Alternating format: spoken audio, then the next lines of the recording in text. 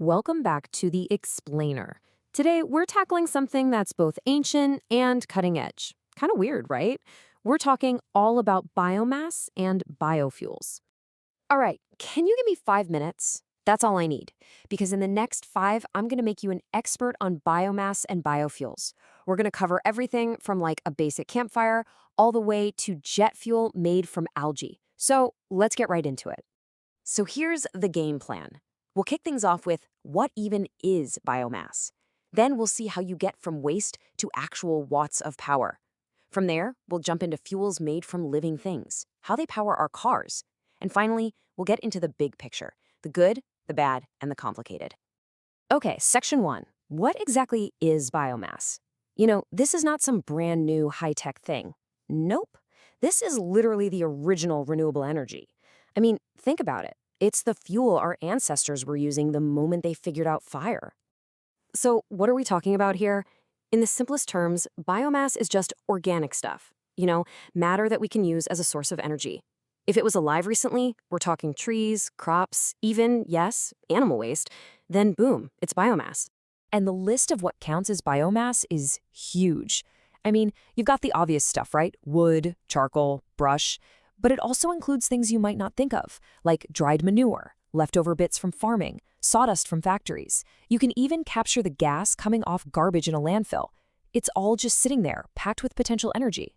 All right, so we've got all this stuff. Wood chips, farm waste, you name it. But how in the world do we turn that into the electricity that powers our homes? Well, that's exactly what we're covering next. Well, the most common way is pretty straightforward. You just burn it. Honestly, it works almost exactly like a traditional coal plant. You burn the biomass, that heats up water, the water turns into high-pressure steam, that steam spins a giant turbine, the turbine powers a generator, and there you have it, electricity. Kind of simple when you break it down, huh? And don't think for a second that this is some small niche thing. Get this, around 3 billion people on our planet, mostly in developing nations, still depend on burning biomass, like wood or animal dung, every single day just for basic cooking and heating. Now, there's another, cleaner way to do this. It's called anaerobic digestion. And I love this quote because the analogy is perfect. It's basically like a giant mechanical stomach. You put all the organic waste into these big tanks called digesters, and inside, tiny microorganisms go to work, breaking it all down without any oxygen. And what do they produce? Methane gas, which we can then capture and burn for energy.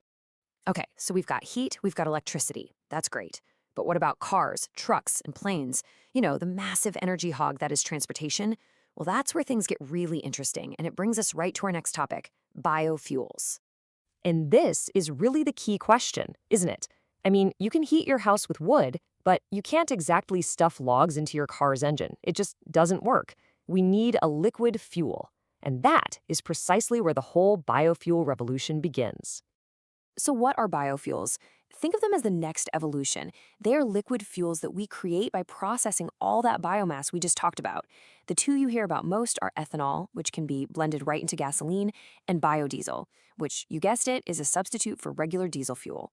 Okay, so let's just make sure we've got this straight.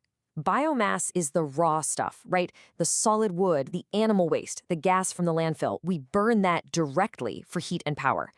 Biofuels, on the other hand, are the refined liquid product we make from that biomass. They're specifically engineered to work in our engines. So the big question is, how do you actually get from, say, a field of corn to the ethanol that's in your gas tank? Well, let's break down that process right now. Making ethanol is surprisingly similar to making beer or wine. Seriously. You start with a crop that's packed with sugar, like corn or sugarcane. You grind it all up, add some yeast, and then let it ferment. The yeast eats the sugar and spits out alcohol, in this case, ethanol. The last step is just distilling it to get the pure, concentrated fuel. Biodiesel, though, is a whole different ballgame. There's no fermentation here. Instead, it's all about oils and fats. We're talking about vegetable oils from things like soybeans, animal fats, or, and this is pretty cool, even used cooking grease from your local fast food joint.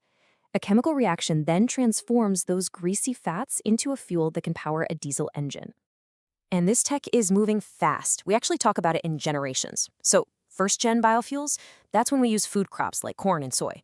Second gen gets smarter, using non-food stuff like wood chips or specific grasses. And now we're on the cusp of third gen, which is looking at things like algae, tiny little organisms that can be amazing oil-producing factories. All right, which brings us to our last and probably most important section. Because all of this sounds pretty great on paper, right? But is it really the perfect green solution we're looking for? Let's zoom out and take a hard look at the bigger picture. Okay, one of the biggest arguments you'll hear for biofuels is that they are carbon neutral. And this slide explains it perfectly with a great analogy.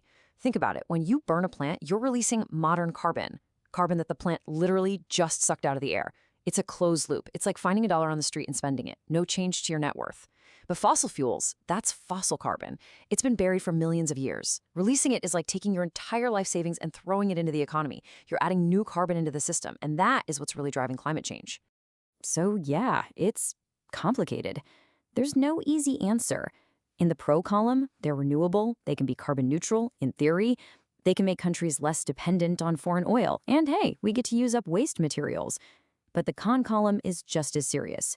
We're talking about potential deforestation, creating air pollutants, the huge ethical debate over using food for fuel, and the massive amounts of water and fertilizer needed to grow these crops. And that really brings us to the single most important point, captured perfectly in this quote. Just because it's a biofuel doesn't automatically make it green.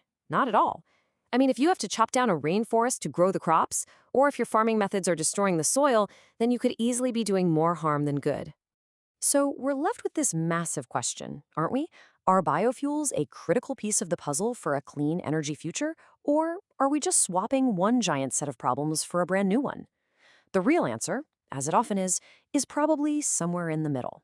It all comes down to how we choose to do it. And there you have it, biomass and biofuels in just about 5 minutes. Thanks for giving me 5. Hey, if this was helpful, do me a favor and hit that like and subscribe button, and definitely drop a comment below with your thoughts.